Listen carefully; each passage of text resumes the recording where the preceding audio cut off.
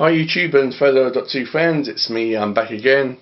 And this time I'm going to be reviewing William Hartnell's final story, called The 10th Planet.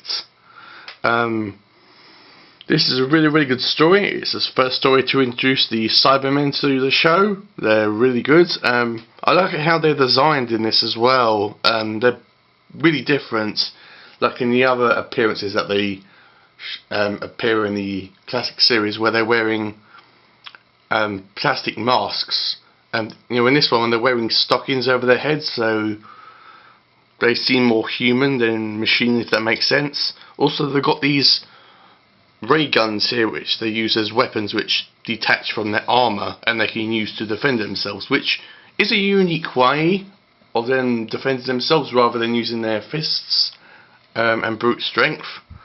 And they tend to use their brains more in this one rather than their strength, which is a unique characteristic to how they first started off. I would have liked to see them a bit more in this story, as it tends to be carried on more by the supporting cast. And I'm sorry if you can hear my dog snoring in the background. So yeah, let's just have a look at the cover, guys. We've got the BBC logo up there, nice and purple. Doctor Who, The 10th Planet. Picture of William Hartnell there, looking really annoyed and agitated. A long line of Cybermen. Got two planets here. I'm calling this one Earth, and this one's Mondas. I'm not sure if that's correct, but that's what I'm going with. Disc 2, not Disc 2, it's 2 discs. It's a PG. Got a picture of William Hartnell. The William Hartnell years, 1963 to 1966. This is a reverse cover as well, guys. So pretty much on the other side it's exactly the same. It's just got an old BBC logo up there, about the white boxy logo. And on the spine it's just got the old logo down there, as well as the 2 Entertain logo. So that's the only difference. On the spine it's just really blue. It really stands out when you put it on your shelf. On the back, got a series of images from the story, as you usually do. Doctor Who starring William Hartnell, The 10th Planet by Kit Pedler and Gary Davis. Tells you a short blurb about what story is about, and a bunch of special features which are on both discs. And this was originally broadcast between the 8th and the 29th of October 1966, and this is approximately 93 minutes long, so another long indeed, and it's a PG if I didn't mention that before. If you open this bad boy up, got a leaflet here which is in region 2 discs and DVD cases of Doctor Who. Tells you the production notes with a nice Cyberman there standing behind Earth and Mondas. It's a 4-part adventure, and it's just got some more pictures from the story. 4-part adventure. Inside just tells you about the commentaries and the special features in more detail.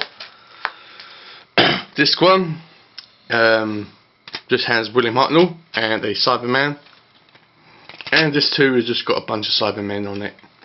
So let's just read what it says on the back. The TARDIS lands at the South Pole in 1986. The arrival coincides with the appearance of Earth's forgotten twin planet Mondas, along with visitors from that world, the emotionless Cybermen. It's up to the Doctor and his friends to stop the creatures before they convert Earth's population into similar cyber creations, but the encounter will have a devastating effect on the Doctor.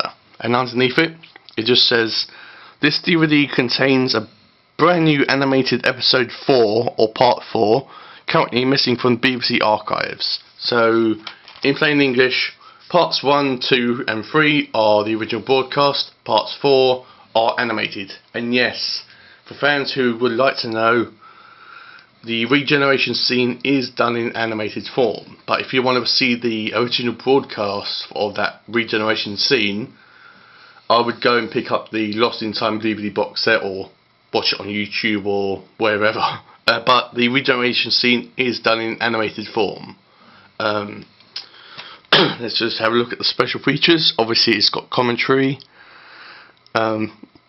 Then we got a behind this sort of like a making of documentary, which is called Frozen Out, which is about the cast and crew look back on the making of the story. They tend to talk about the story and William Hartnell's time as actually leaving the show. It's quite, it's actually a really, really good documentary, guys. I strongly recommend that you watch that. It's really sad as well. They say that because in part 3 he doesn't appear in it at all. Well, he does, but from the back. If you watch that documentary Frozen Out, it tells you why that is. He basically collapsed in the studio, and he went to hospital, or he wasn't feeling well, and so that's pretty much the reason why. Which is sad, but when he's in this story, he kicks ass. He really does. He's brilliant in the story, and this is the first time. I mean, this is the. I'm pretty sure this is the first story since the War Games that actually has Polly and Ben as the companions. I'm not sure about Polly. She's okay. She's not the best female actress to play a companion, but Ben is a really, really, really good character.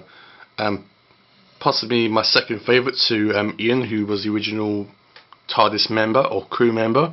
Coming on, we've got episode 4, VHS Reconstruction, and that's like kind of like a slideshow of the whole part of episode 4 in slideshow picture format, and it's got audio over it. It's just another way to watch part 4, really. What else? We've got William Hartnell interview, which is about 5 to 6 minutes long, maybe a bit more, give or take a couple of minutes. It's really, really interesting. He talks about his career and where he is going to go in his career now. It's really interesting watching that, and really enjoyable too. We've got Doctor Who Stories, which is a documentary where the actress who plays as Polly, and I can't remember her name, talks about her stories and her experience with William Hartnell and Patrick Troughton, and the time on the show as a companion. Really interesting. It's got a documentary called The Golden Age, which is a fantastic documentary.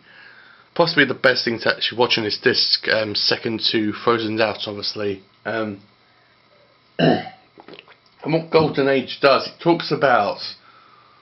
actually talks about, was the classic adventures really, really violent, or too violent and too scary and too complicated for general audiences, and that is the Up to Date show a bit more simplified and less scary, and they kind of compare the two in a nice way and talk about them both. It's really, really good. It's really, really good. I would strongly recommend that you watch The Golden Age. Then it's got a documentary, or sort of like well, it's not really a documentary, it's a interview called Boys, Boys, Boys, which is actually like the interviews that you get on these discs called Girls, Girls, Girls. And what that does, Boys, Boys, Boys, is it has an interview with the companions who play Stephen from William Hartnell's time, Jamie from Patrick Troughton's time, and Turlo from Peter Davidson's era as well. And it sits them down and they discuss their times as the companions, and it's really interesting. It's really good. Fraser Hines is a really, really good actor, and he's really nice. What else we've got? I'll just check on the time.